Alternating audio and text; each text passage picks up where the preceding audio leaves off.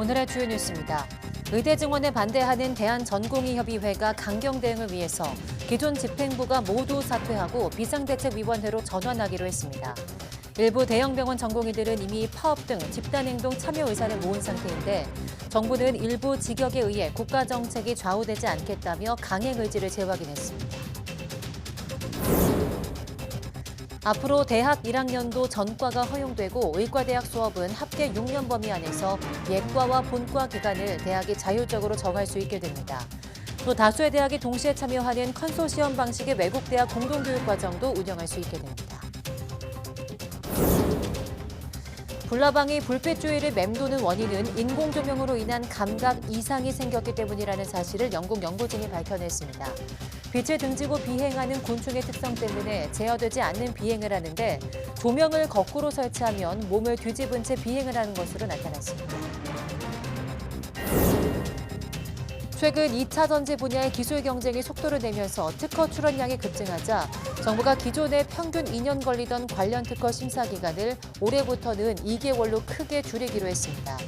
이를 위해서 2차 전지 특허를 우선 심사하고 첨단 심판부도 따로 설치하는 등 심사와 심판을 한 번에 지원해 우리 기업의 경쟁력을 확보할 계획입니다.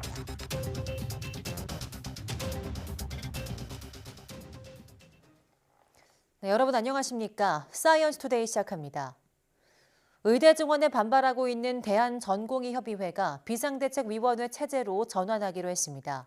전공의협의회는 12일 밤 진행한 온라인 임시총회에서 회장을 제외한 나머지 집행부가 모두 사퇴하고 비대위 체제로 운영하기로 했다고 밝혔습니다.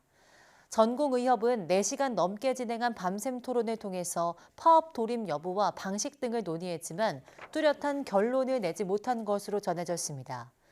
일각에서는 전공의들이 휴가를 내는 방식으로 진료 현장을 이탈하거나 이달 말 사직서를 내는 방식으로 의료 현장을 떠나 진료 차질을 빚을 거란 전망도 나오고 있습니다. 정부가 전공의 단체 집단행동 표명이 없는 데 대해서 다행스럽게 생각한다며 환자 곁을 지켜달라고 당부했습니다.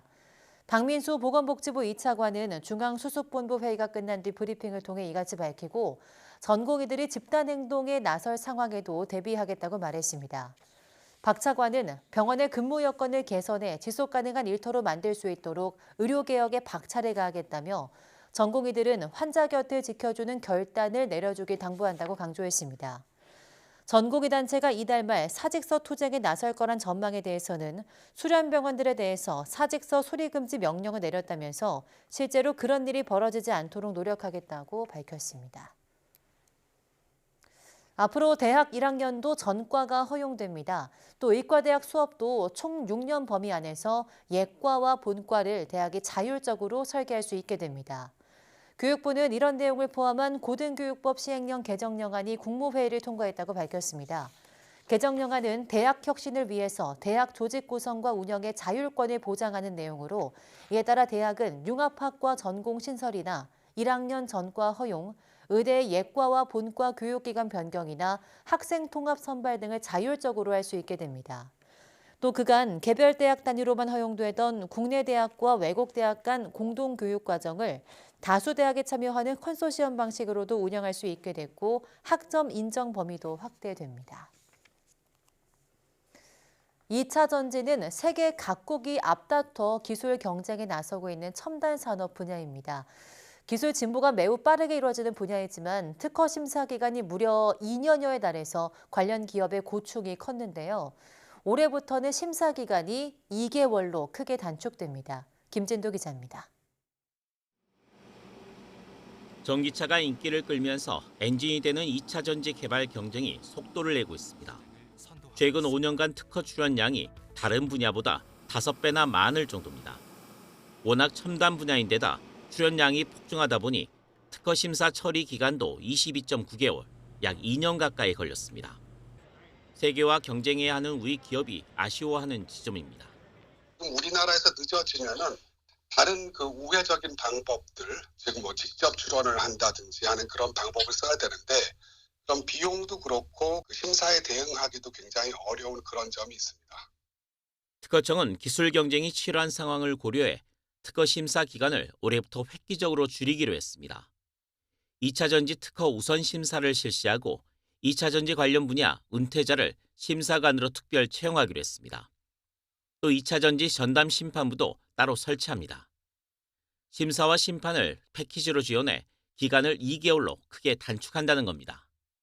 반도체에 이어 2차 전지 기술 분야에도 민관 퇴직 인력 38명을 특허 심사관으로 채용하고 첨단 산업 분야의 핵심 특허를 선점할 수 있도록 다각도로 지원하겠습니다.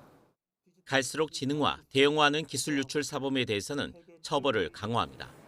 또 첨단 기술 보유기업 DB 등 지식재산 빅데이터를 구축해 경제 안보 차원에서 국가기관에 적시에 제공하기로 했습니다. YTN 김민두입니다. 코로나 팬데믹 이후 공연계가 되살아나면서 인기 공연마다 암표가 극성을 부리고 있습니다. 가수와 기획사들이 저마다 암표와의 전쟁에 나선 가운데 콘서트 전 좌석을 NFT, 즉 복제와 교환이 불가능한 토큰 형태로 판매한 사례가 등장했습니다. 디지털 기술이 어떤 방식으로 암표 거래를 막을 수 있는지 나연수 기자가 취재했습니다. 효도 전쟁으로 불리는 가수 임영웅의 콘서트 티켓 500만 원. 한류 스타 블랙핑크의 타이완 공연 티켓은 현지에서 1,700만 원에 판매되기도 합니다. 이처럼 팬데믹 이후 공연계에서는 원래 표값에 최대 수십 배 웃돈을 얹은 암표가 극성입니다. 신고 건수는 2년 사이 12배 가까이 폭증했습니다. 기획사 자체 모니터링에 포상 티켓을 건 암행어 사제까지 등장했지만 암표 거래를 뿌리 뽑긴 역부족입니다. 지난달 암표 문제로 공연을 전면 취소했던 가수 장범준 씨는 이번 달 공연을 다시 준비하면서 아예 전 좌석을 NFT 티켓으로만 판매했습니다. NFT, 즉 대체 불가능 토큰은 블록체인 기술을 바탕으로 전송과 재거래를 차단할 수 있을 뿐만 아니라 필요한 부가 기능을 얹을 수 있습니다. 본인 인증을 바탕으로 추첨에 들어갔고 추첨을 바탕으로 저희가 공정하게 선발을 했기 때문에 이제 암표상들이 막 매크로를 돌려서 동시에 막 몇천 개씩 가져가는 이런 형태는 애초에 차단이 됐습니다. 장 씨에게 협업을 제안한 카드사는 지난해 같은 방식으로 사흘간 문화 행사를 진행했습니다. 예매부터 입장까지 단일 플랫폼을 활용해 고객 편의성까지 높일 수 있었다고 말합니다. 공연뿐만이 아니라 저희가 향후 진행할 전시나 아니면 더 다른 문화 행사들에도 조금 더 다양한 NFT 솔루션을 적극적으로 도입해서 더 안전하고 더 고객들이 편리한 입장 경험을 느끼실 수 있게 진행을 해보려고 하고 있습니다. 다만 일각에서는 NFT 기술이 소유권만을 확인해 줄 뿐 개인정보 도용 등의 편법에는 여전히 취약하다고 지적합니다. 또 디지털 기기 사용이 서툰 고령층 등의 접근성을 떨어뜨리고 문화 소외를 부추길 수 있다는 우려도 나옵니다. YTN 나연수입니다. 비트코인이 현물 ETF를 통해 매수세가 계속 유입되면서 26개월 만에 5만 달러를 돌파했습니다. AI 대장주 엔비디아는 22년 만에 시가총액에서 아마존을 제치고 시총 2조 달러 돌파도 눈앞에 두고 있습니다. 보도에 이종수 기자입니다. 미 가상화폐 거래소 코인베이스에 따르면 비트코인이 미국 동부 시간으로 12일 낮 12시 26분에 5만 24달러 6,663만 원에 거래됐습니다. 비트코인 5만 달러 돌파는 2021년 12월 이후 처음입니다. 22개월 만에 5만 달러를 넘어선 것은 지난달 10일 승인된 비트코인 현물 상장지수 펀드 ETF에 힘입었습니다. 신규 자금 대거 유입이 기대됐던 현물 ETF를 통해 최근 매수세가 계속 유입됐기 때문입니다. So I think it's another key step forward in the development of what is still by far the youngest, smallest, and most retail investor dominated of all the asset classes. 한편 인공지능 AI 대장주 엔비디아가 22년 만에 아마존의 시가총액을 추월했습니다. 뉴욕 증권거래소에서 엔비디아는 현지 시간 12일 오전 10시 50분 한 주에 737달러 선에서 거래되면서 시총이 1조 8,200억 달러로 불어났습니다. 이러면서 1조 8,100억 달러를 기록한 아마존을 제쳤습니다. AI 반도체 시장에서 점유율 80%를 기록하고 있는 엔비디아는 시장 예측을 뛰어넘는 매출과 이익을 내놓으며 반도체 기업으로는 최초로 지난해 5월 말 시총 1조 달러를 돌파했습니다. So I've been doing this job over 15 years. I've never seen at least a near-term beat quite of that scale, especially for a company that is as large as NVIDIA is. 올해에만 주가가 47%, 지난 1년 동안 223% 급등한 엔비디아는 현재 수준에서 10%가량 상승해 810달러 수준에 이르면 애플과 마이크로소프트, 알파벳에 이어 역대 네 번째로 시총 2조 달러를 넘어서게 됩니다. YTN 종수입니다.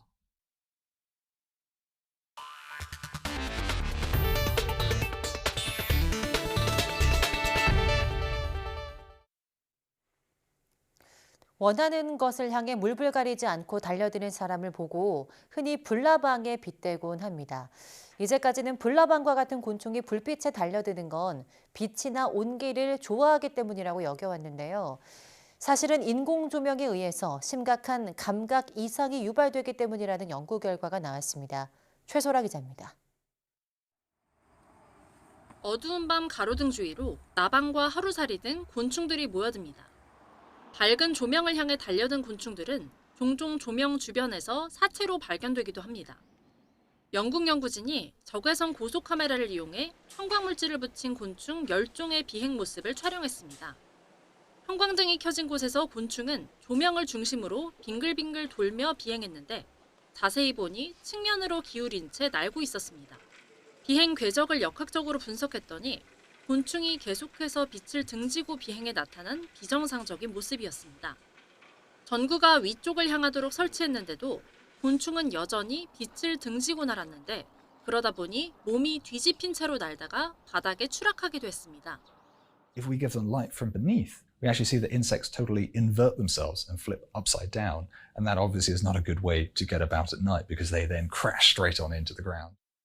연구팀은 이 같은 현상이 곤충의 방향 감각에 이상이 일어났기 때문이라고 봤습니다. 날아다니는 곤충은 비행 속도가 빨라 중력 외에도 여러 방향으로 가속하는 힘을 받습니다. 이 때문에 지상 동물처럼 중력만으로 위아래 방향을 판단할 수가 없고 빛의 방향에 크게 좌우된다는 겁니다. 또 곤충은 태양과 달빛을 등지고 안정적으로 비행하도록 진화했는데 한밤중 달빛보다 밝은 인공 조명이 있으면 기울어지거나 뒤집힌 상태로 조명 주위로 끝없이 비행한다는 겁니다. Animals that spend most of our time on the ground, it's quite obvious which way gravity is. But actually, if you're flying, you're pulling all kinds of G-forces. And those G-forces, or accelerations as you're moving around, can kind of mask exactly where true gravity is. 연구팀은 도시화에 따른 곤충 감소의 원인이 인공 조명 때문이라며 곤충 생태계를 보호할 수 있도록 조명에 대한 추가 연구가 필요하다고 말했습니다. YTN 사이언스 최소라입니다. 지난해 가을 제주도와 남부지방에는 이례적인 가뭄이 나타났습니다. 아직 강도는 심하지 않고 빈도도 낮지만 40년 뒤에는 봄보다 가을에 가뭄이 더 심각해진다는 분석이 나왔습니다. 정희훈 기자입니다. 토양 곳곳이 메말라 힘없이 부스러집니다. 밭작물도 점점 생기를 잃어갑니다. 지난해 10월 말 제주도 서귀포 농가의 모습입니다. 건조한 날씨에 가을 초반 강수량이 평년의 4분의 1 수준에 그치면서 가을 가뭄이 나타난 겁니다. 이보다 한 해 앞선 2022년 가을, 제주도와 남해안을 덮친 가을 가뭄은 더 심했습니다. 전담 지역에서는 저수지 바닥이 드러날 정도였습니다. 제주도와 남부지방에서는 지난해까지 2년 연속 가을 가뭄 현상이 나타났습니다. 여름철에 비나 태풍이 일부 지역으로 집중되고 가을에 고온과 강수 부족 현상이 나타나면 가뭄으로 이어질 수 있습니다. 봄이 아닌 가을에 가뭄이 나타나는 건 극히 이례적이고 피해 지역도 많지는 않습니다. 그런데 앞으로는 가을 가뭄이 잦아지고 그 강도도 봄 가뭄보다 세질 것이란 전망이 나왔습니다. 국내 연구진이 기후변화 시나리오를 기반으로 봄, 가을 미래 가뭄 전망을 비교 분석한 결과입니다. 탄소 배출 억제에 실패할 경우 40년 뒤 우리나라의 가뭄 정도를 표시한 지도입니다. 가뭄 기준 4단계 중 3단계 수준의 극심한 가뭄이 봄보다 가을에 더 많아지고 남부는 더 악화하는 것으로 나타났습니다. 봄철과 가을철 모두 가뭄이 심화되는 것으로 전망되고 있습니다. 다만 봄철에는 강수량이 다소 증가하는 경향을 보이는 반면에 가을철에는 현재 대비 강수량이 줄어들고 기온 또한 봄철보다도 가을철 기온이 매우 가파르게 상승을 하면서 현재보다 가을철 가뭄이 더욱 심화될 것으로 전망되고 있습니다. 특히 가뭄을 구분하는 4단계 가운데 가장 심한 이례적 극심한 가뭄이 나타날 가능성이 있다는 분석도 나왔습니다. 가뭄 강도 중에서 가장 높은 단계를 이례적으로 극심한 가뭄으로 분류할 수 있는데요. 현재는 겪어보지 못한 가뭄이 미래 80년 동안에는 많게는 4번까지 나타나는 지역이 있을 것으로 전망되고 있습니다. 심한 가을 가뭄은 다음 해 봄 가뭄으로 그대로 이어질 가능성이 큽니다. 따라서 물 부족의 악순환이 나타나며 농업과 공업 용수에 이어 식수까지 위험해지는 최악의 상황을 맞을 수도 있습니다. YTN 정혜윤입니다. 몽골과 베트남, 필리핀 등의 한국형 관측소를 지원해주는 사업이 진행되고 있습니다. 대신 그 지역의 기상 데이터를 실시간으로 받는다는 건데요. 어떤 효과가 있을지 김민경 기자가 취재했습니다. 건조 지역인 몽골은 봄철만 되면 극심한 모래 폭풍에 시달립니다. 이 거대한 모래는 바람을 타고 중국 내륙과 서해를 지나 한반도까지 날아옵니다. 바로 황사입니다. 봄철뿐 아니라 겨울철 한파예보에 중요한 열세 가운데 하나도 몽골 초원 지역에 눈이 얼마나 내렸는지가 됩니다.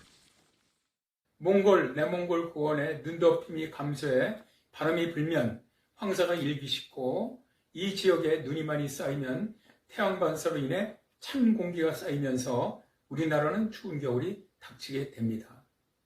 지리적으로 중요한 위치인 몽골에 우리나라 예보 시스템과 관측 장비가 구축돼 있습니다. 한국기상청이 지원하는데 그 자료가 실시간으로 공유됩니다. 지난 2004년부터 몽골의 수치 예보 기술을 지원하고 관측 장비를 구축했으며 관측된 기상 자료를 우리 기상청으로 실시간 전송받아 겨울철 예보에 활용하고 있습니다. 올해와 내년에는 상층의 기상을 관측하는 고층 기상 관측소도 구축할 예정입니다. 몽골뿐 아니라 베트남과 라오스, 필리핀 등 아시아 9개 나라에도 우리나라의 기상 기술이 지원되고 있습니다. 현지에 우리나라 관측 시스템이 설치되고 그 자료를 바탕으로 한 예보 기술을 직접 배우는 겁니다. 몽골과 동남아시아, 태평양까지 포함하는 실시간 기상정보망이 형성되는 셈입니다.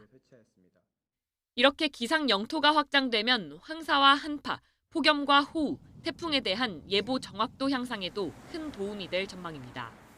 YTN 김민경입니다.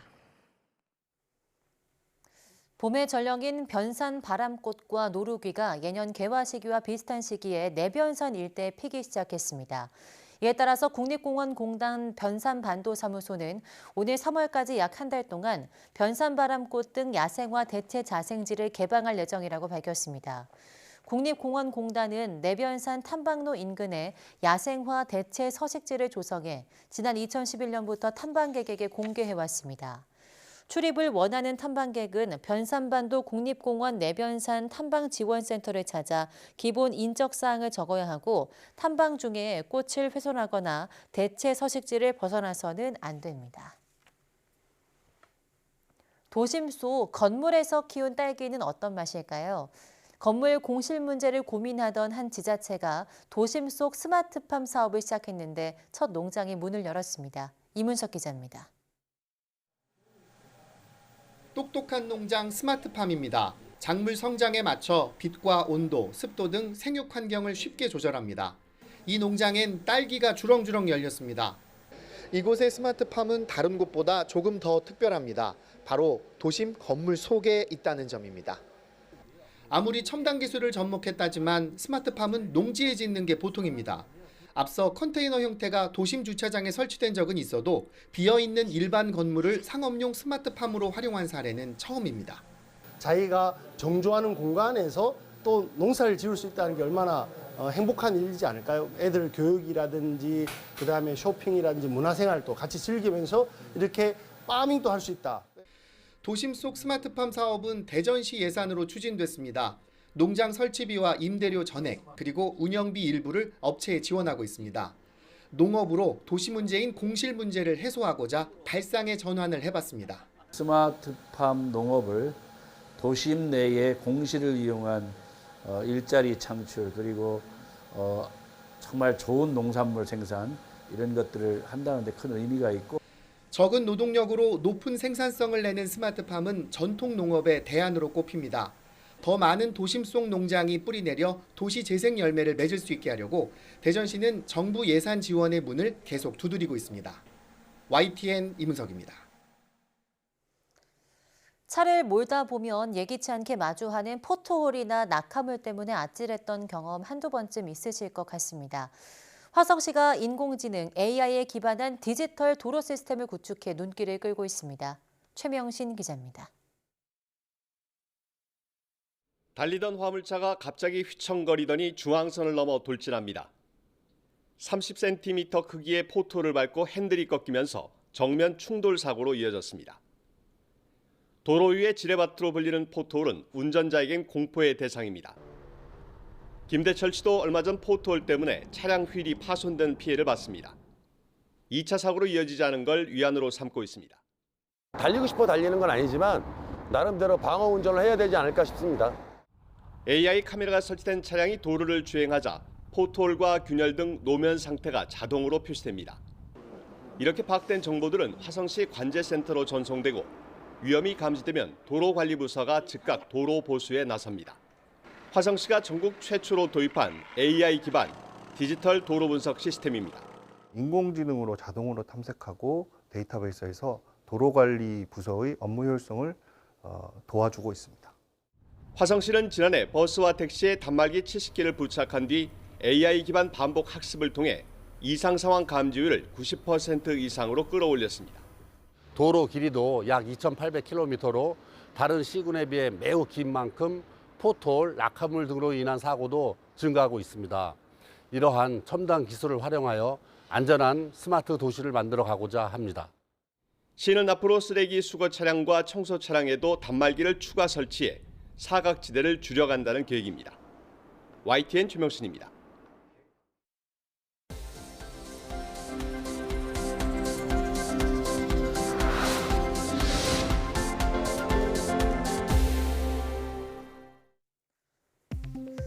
식물이 토양에서 흡수한 나노플라스틱이 열매를 통해서 다음 세대로 전달될 수 있다는 연구 결과가 나왔습니다. 건국대 안윤주 교수팀은 완두를 대상으로 관찰한 결과 나노플라스틱에 노출된 식물의 열매와 그 열매에서 성장한 다음 세대 식물에서도 나노플라스틱이 확인됐다고 밝혔습니다. 연구팀은 200나노미터 크기의 형광 폴리스티렌 나노플라스틱에 오염된 토양에 완두를 약 60일 동안 노출한 뒤 완두콩을 수확해 관찰한 결과 완두콩 배아와 떡잎에서 나노플라스틱이 발견됐다고 설명했습니다. 또 수확한 완두콩을 오염되지 않은 토양에 다시 심어서 14일간 배양한 뒤 관찰했더니 표피보다 세포 사이와 세포 안 공간에 나노플라스틱이 있는 것으로 나타났습니다. 치매와 알츠하이머, 혈관성 치매 발병 위험을 예측하는 데 사용할 수 있는 혈장 단백질 4가지가 발견됐습니다. 중국 푸단대 상하이 의대 연구팀은 영국 바이오뱅크에 등록된 성인 5만 2천여 명의 자료를 분석한 결과 장기 치매 위험의 예측 인자로 활용할 수 있는 단백질 4종을 확인했다고 밝혔습니다. 연구 결과 분석에 활용된 1,400여 개의 혈장 단백질 중 4가지 단백질은 치매와 알츠하이머, 혈관성 치매 발병과 밀접한 관련이 있었으며 특히 신경교 섬유질 산성 단백질 수치가 높으면 치매 발병 위험이 2.3배 증가했습니다. 또 이들 4가지 단백질을 바탕으로 치매 발병에 대한 10년간의 예측 모델을 만든 결과 약 90%의 정확도로 발병률을 판별해낸 것으로 나타났습니다. 대한민국 엔지니어상 2월 수상자로 삼성전자 이호원 그룹장과 대형 IoT 모형규 CTO가 선정됐습니다. 이 그룹장은 폴더블 폰의 핵심 부품인 힌지와 국제 보호 등급 최고 수준의 방수 기능을 개발해 갤럭시 Z 시리즈의 내구성을 높이고 폴더블 폰 대중화에 기여한 공로를 인정받았습니다. 모 CTO는 인공지능으로 차량 번호 인식률을 높인 주차 관제 시스템과 위치 조정 기능을 갖춘 스마트 무인 정상기를 개발해 차세대 주차 플랫폼에 기여했다는 평가를 받고 있습니다.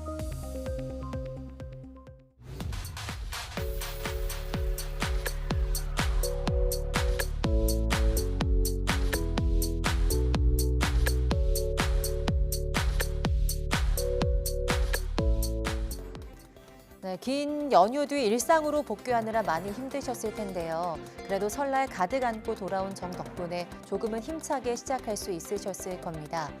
음력 1월 1일 설날도 지나고 본격적인 청룡의 해입니다. 새로운 시작이라 생각하시고 마음을 다잡는 값진 한 주 보내셨으면 좋겠습니다.